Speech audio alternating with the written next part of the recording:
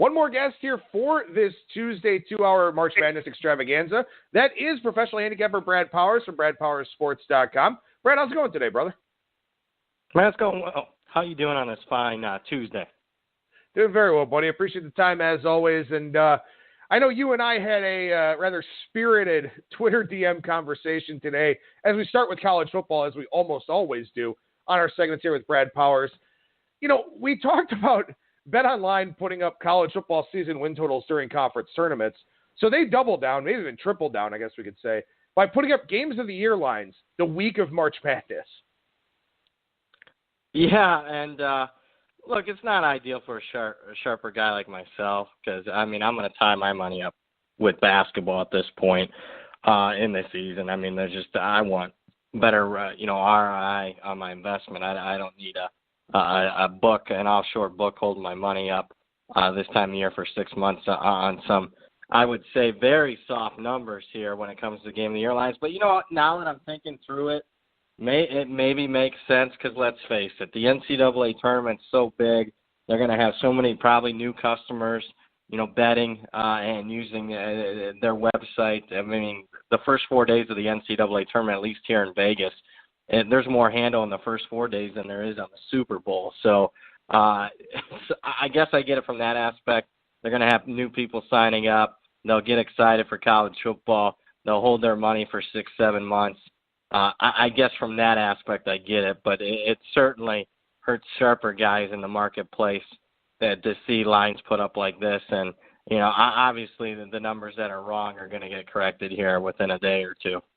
Yeah, and right now we're looking at $500 limits on these. The first one listed August 24th. Florida and Miami, Florida. They got that big week 0 game this year, which, again, every effing season starting earlier and earlier, it feels like. Major League Baseball starting tomorrow, which obviously, has a lot of bearing for me. But in any event, any that you felt like were egregiously off, any teams where it looks like they just don't have a great handle for them so far? Yeah, I mean, first off, Florida, Miami, they moved it up because they're going to celebrate the 150th year of college football. So I love that they did that and moved a big game. And there's a couple other games that have been moved up to that weekend. So I'm happy from that aspect. I wish they'd start August 1st, to be perfectly honest. There's a few. I think Michigan, generally speaking, is overrated. I mean, the Wolverines laying 6 on the road to Wisconsin.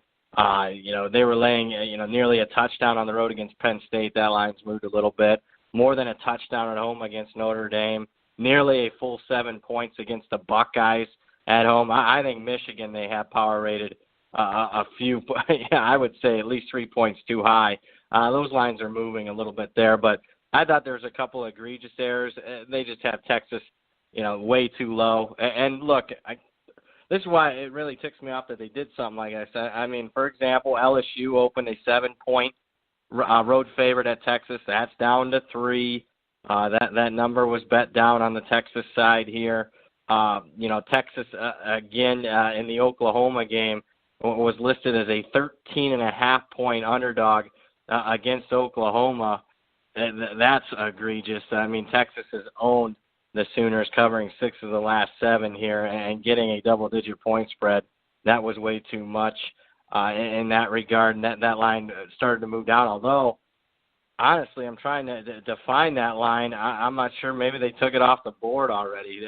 That's pathetic, to say the least. And then, there's another 5-point line move, my lock, and I tweeted this out within the first 2 minutes of them opening up the lines.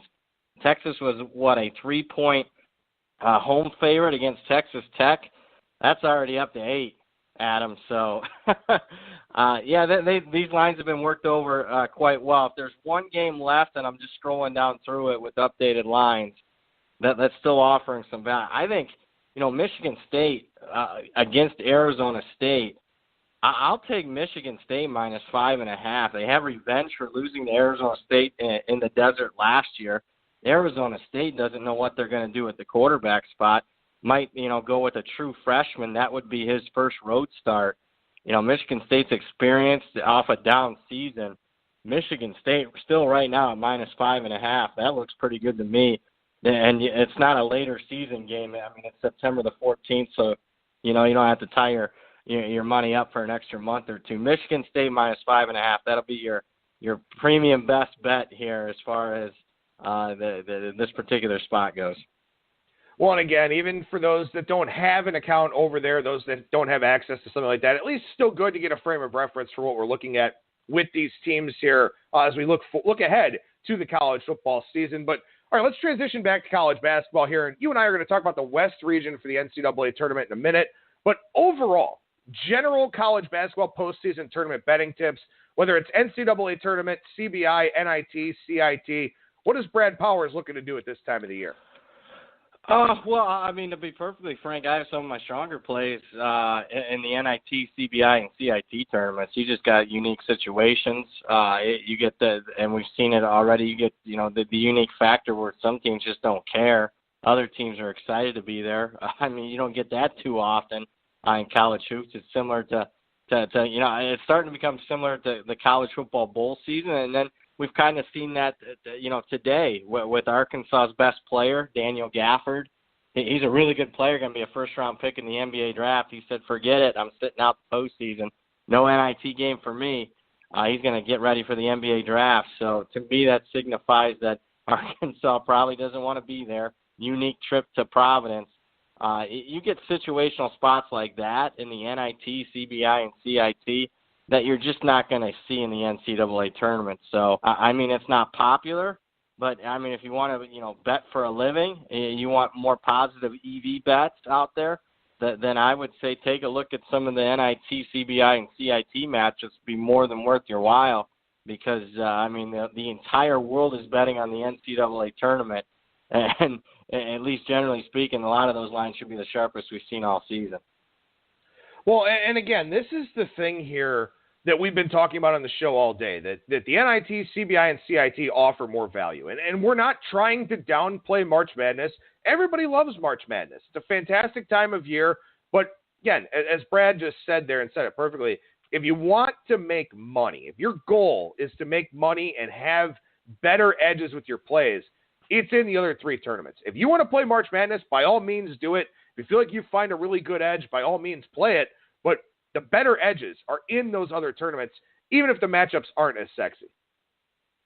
No question about it. And we're also, if you count the 4 play-in games, there's 67 games left as far as the NCAA tournament. Put that in perspective, a college basketball regular Saturday in February, 100-plus games, like 120 games to offer. So twice as many games on a regular college basketball Saturday than what's left in the entire NCAA tournament. So keep that in your back pocket as far as the value aspect. And for the most part, everyone's trying to win in the NCAA tournament, so motivation it doesn't come into it. It probably comes into it a little bit in the early rounds with some of the big-time favorites, whether they want to extend margin or not. Keep the foot on the gas pedal or, put away the starters and get ready for the next round. Other than that, you just don't have motivational issues. Everyone's trying to win to cut down the nets when it's all said and done. NIT, CBI, CIT, you get, teams that, again, that could care less about being there. Sometimes, one of the betting philosophies I use, who are a couple of the teams that were, just left out as far as the NCAA goes. A lot of times those teams are, feeling sorry about themselves for the last couple of days, thinking, hey, we should have been in the NCAA tournament, when the reality is that they need to get ready on a short, quick turnaround and get ready for an opponent that, on a Tuesday night. So a lot of times that's tough for some of them favorites there. Just so many different betting, little tidbits that you can use to your advantage, and you're right, Adam. Much more profitable. Not guaranteeing any profits. They call it gambling, not winning for a reason, but certainly a lot more positive EV bets in the NIT, CBI, and CIT. All right, so we take a look at the West region, and we'll work in some of those concepts here as we talk about these games specifically. The first 4 game tonight, Prairie View A&M, Fairleigh Dickinson in Dayton. The winner has a quick turnaround from Dayton to Salt Lake City to play in altitude against Gonzaga. Gonzaga will be a substantial favorite in that one. But the 8-9 game is interesting because if I'm Gonzaga, I know that there's one team I'm rooting for in that 8-9 game, and it's not the one that's the favorite. Oh, yep. I was waiting to see what you were gonna say there. You don't want to see the 2-3 zone. And correct me if I'm wrong, but I think Syracuse has taken out Gonzaga a time or two in the NCAA tournament here in the last 5-6 years. So, yeah, I would definitely think that, they'd be rooting on Baylor in that game just because Syracuse gives you so many different, looks that you just don't see as far as a game in and game out basis. And also, I mean, the Orange are the tallest team in the country. So, that makes that 2-3 zone so effective is their length. That a lot of teams can't handle. So, yeah, you're absolutely right. That'd be a really tough second-round matchup for Gonzaga, and I think that will be the matchup. I lean with Syracuse over Baylor for a lot of those reasons. I mean, Baylor's just been too inconsistent. They've been dealing with some injuries. Makai Mason, their best player, at least their best, quote-unquote player that's available right now for them, has really struggled down the stretch. It looks like, Tyus Battle, the Syracuse guard that sat out the ACC tournament, he's going to give it a go here. Yeah, I like the Orange there minus the points. All right, so with that in mind here, as we kind of project out, this is something I didn't get the chance to do. I didn't really budget my time, I guess, as well as I could have with some of these segments today. What does the Gonzaga line look like against Syracuse? Given that there is a history, given that Syracuse gets some preferential treatment here from the betting public in this tournament because they've made some runs, let's say it is Syracuse, for argument's sake. What does that line look like to you, do you think, in the second round? Probably 10. I think a pure power rating I have is maybe 13. That's a little steep. I think I'm a little higher on Gonzaga than most. I'd shade that down probably to about 10. And, at 10, I'd probably lean Syracuse here. But I'll say this. Gonzaga's not been 100% fully healthy here. And I think, the fact that the Zags lost their last game to St. Mary's, I think some people are down on them a little bit. So, yeah, I think 10 would be a fair number, and I'd look towards the dog there more than anything. But I'm not sure, I'd be running to a window to bet the Orange in that one because I think a lot of people would. I think I'd wait and see how far that line get bet down and maybe take a little bit on the other side of it. But, that'll be a relatively tough matchup for the Zags. But, when the Zags are fully healthy, and they weren't even fully healthy when they beat Duke earlier this year, offensively, they're so damn efficient. That'd be a tough one there. If they're hitting their shots on the zone, that could be blowout city. Mid-afternoon game, early evening game, whatever you want to call it, in Hartford, the 5-12 between Marquette and Murray State. Marquette, 4.5 point favorite there in that one.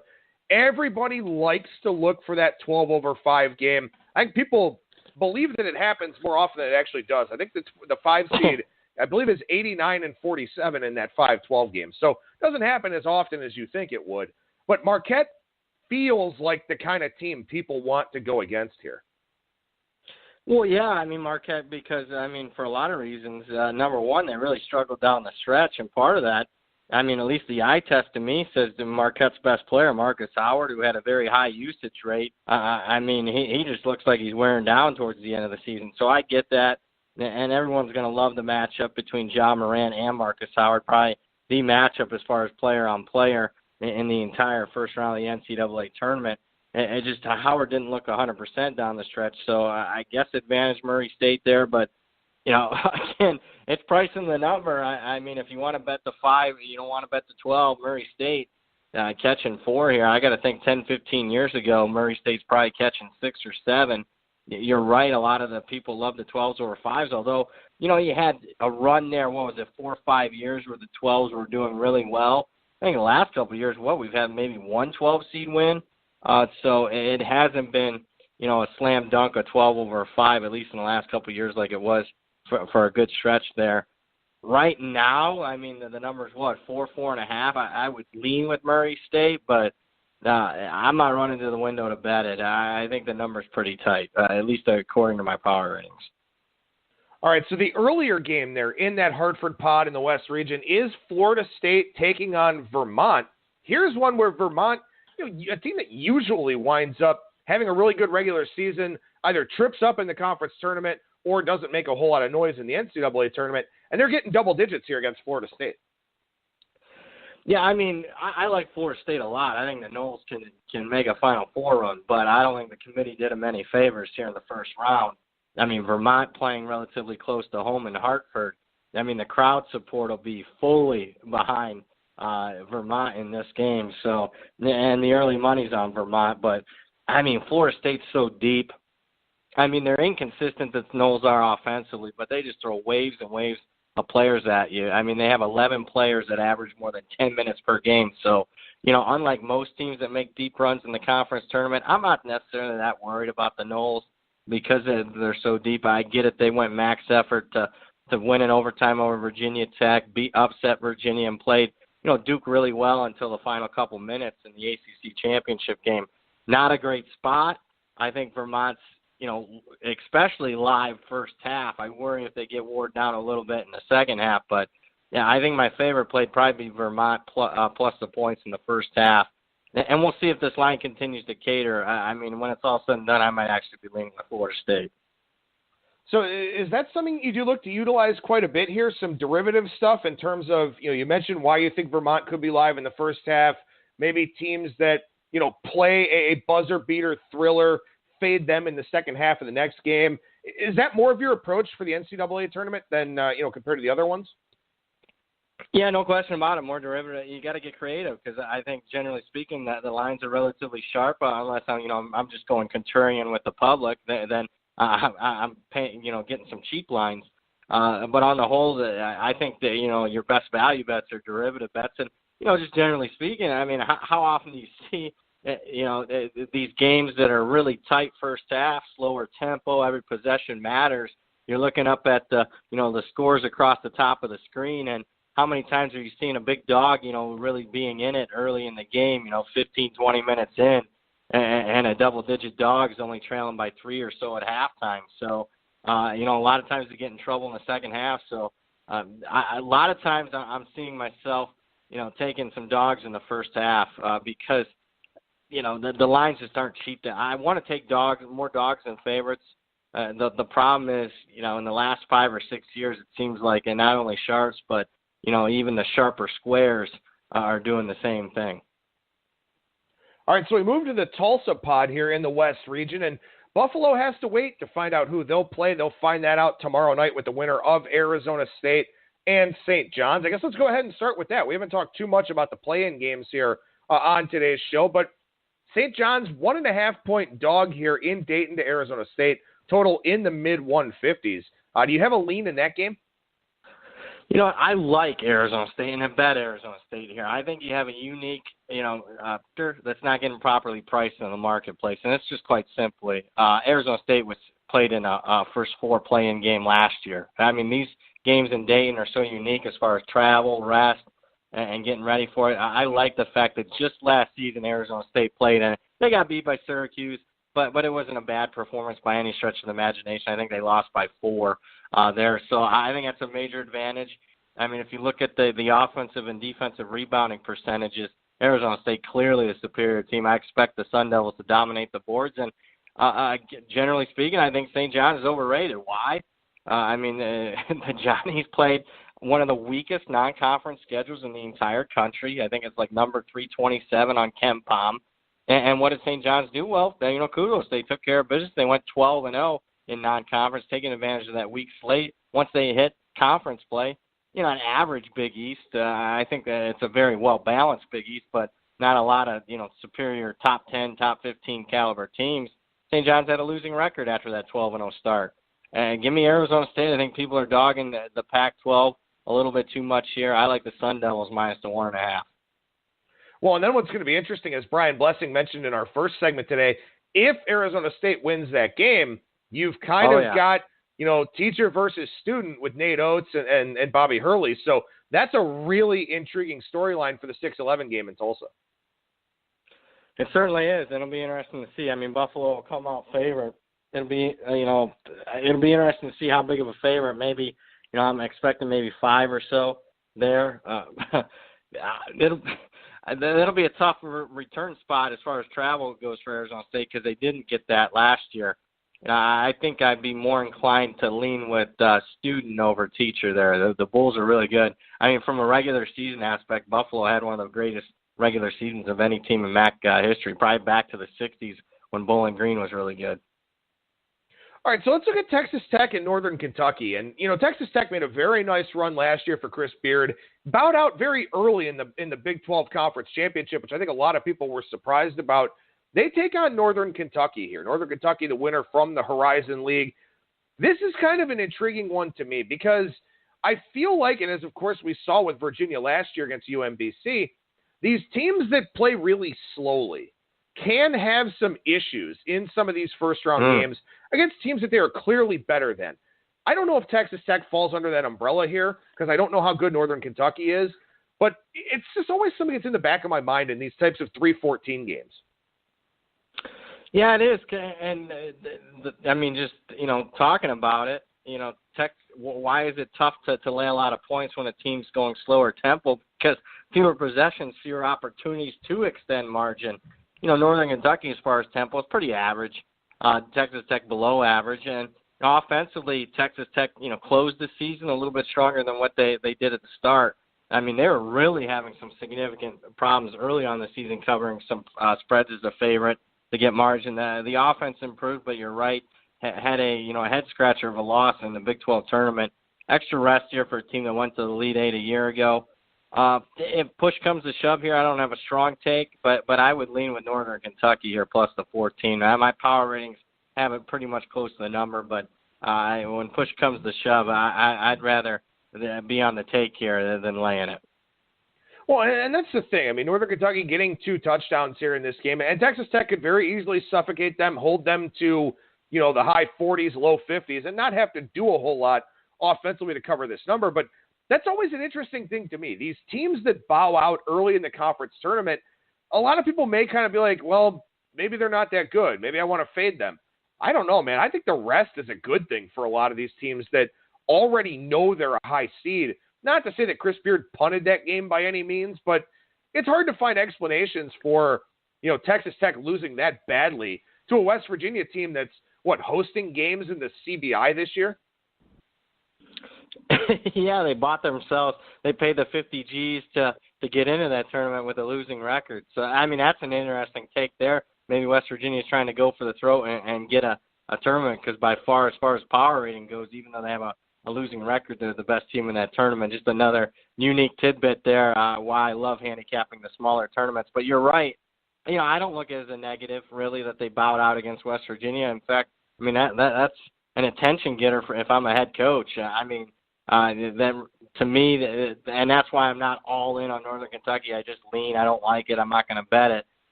It's because I think you can get a much more laser-focused Texas Tech team.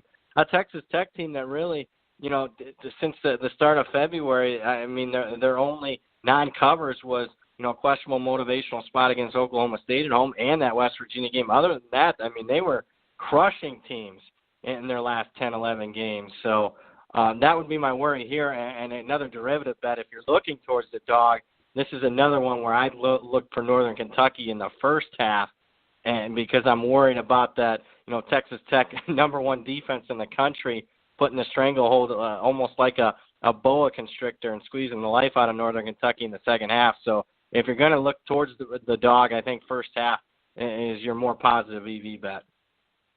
All right, so we head out to Des Moines here for the bottom of the West region bracket.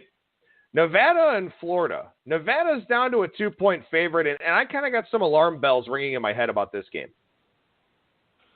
Oh, it'd be interesting. I'm anxious to hear your take. I'm going to take Florida to win the game.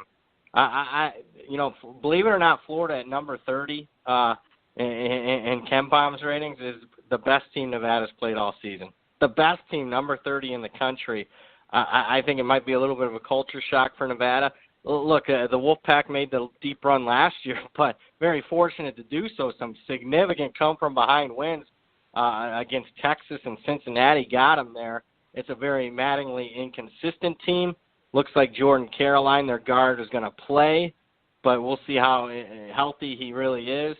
Florida, playing some of their best basketball down the season, and if they don't have a questionable call go against them in the Auburn game, who knows? They might have been playing in the SEC championship game. They're a little inconsistent, but with that being said, it's a team that's covered 4 in a row, a team that's used to playing top-flight competition, game in and game out.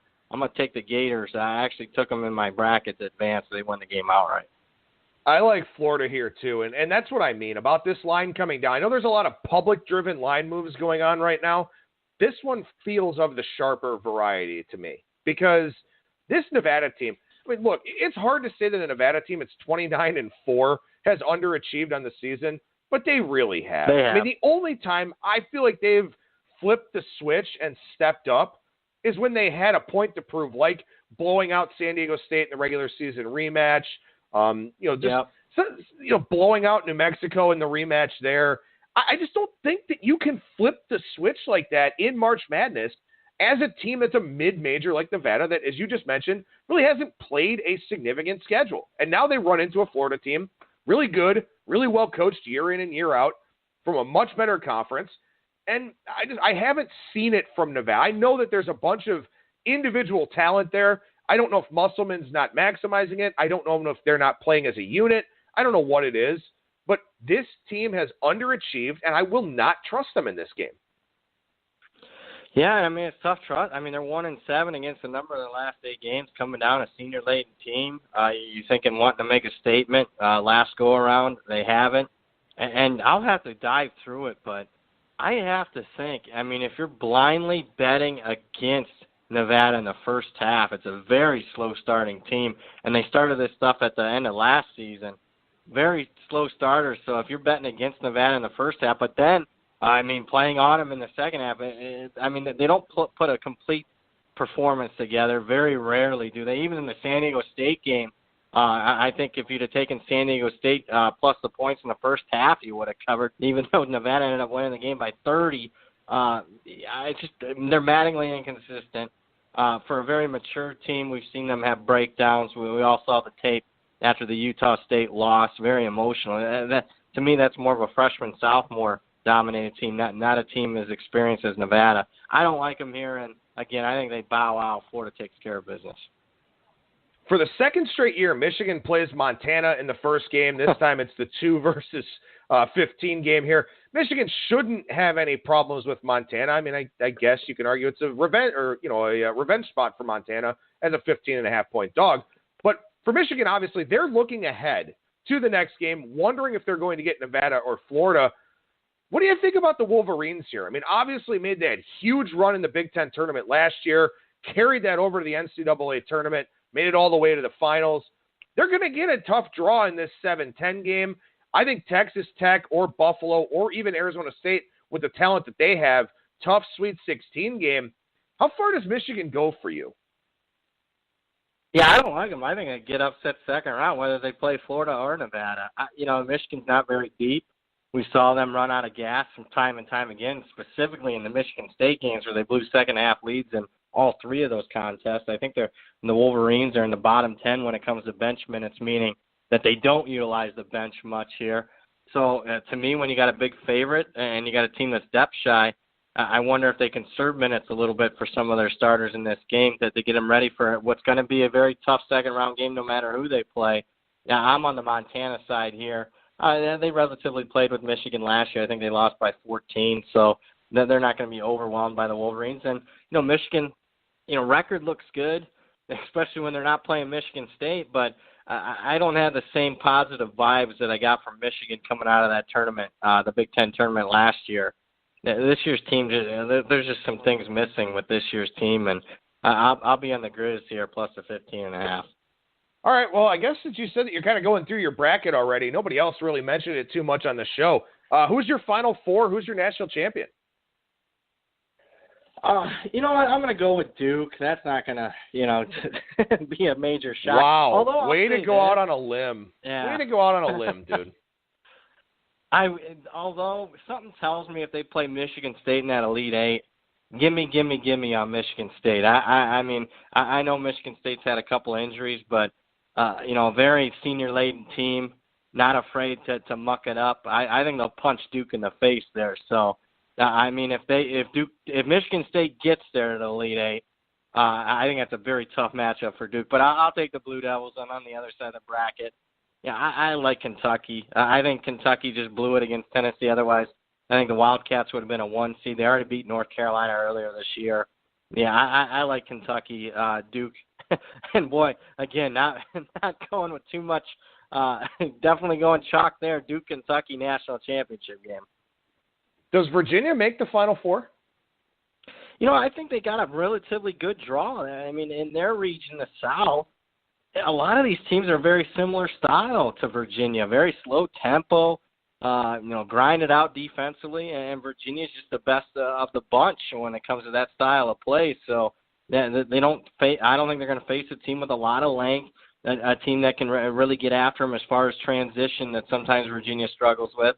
Now, I honestly think they're going to face Oregon, a 12 seed in the Sweet 16. That's how much I like the Ducks. I really think the only time they start struggling is maybe the Elite Eight round if they face a Tennessee. If the Volunteers come out of there, that would be the first legitimate offense that could give Virginia some trouble. And Tennessee's not overwhelming when it comes to size, but an experienced team. Yeah, I think with everyone really doubting Virginia, I think this might be the one year that they finally break through. All right, and then what about in the West? I mean, are you a Gonzaga guy? Are you a Florida State guy? Texas Tech, somebody from the bottom? Yeah, I think that if there's one bracket where it's not chalky, it is the West. If Gonzaga plays Florida State, I think that's a very tough matchup for the Zags. I mean, ask them last year when Florida State took them out in the Sweet 16. I'll take Texas Tech.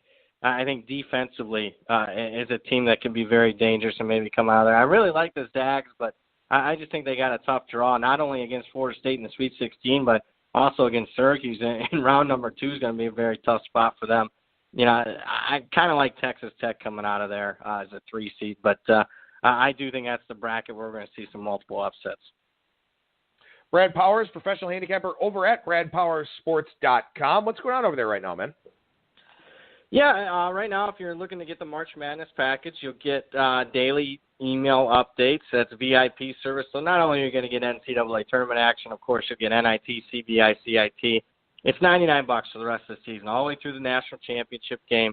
So 3+ weeks of action. Again, every single tournament, every single pick, $99. How we done this year?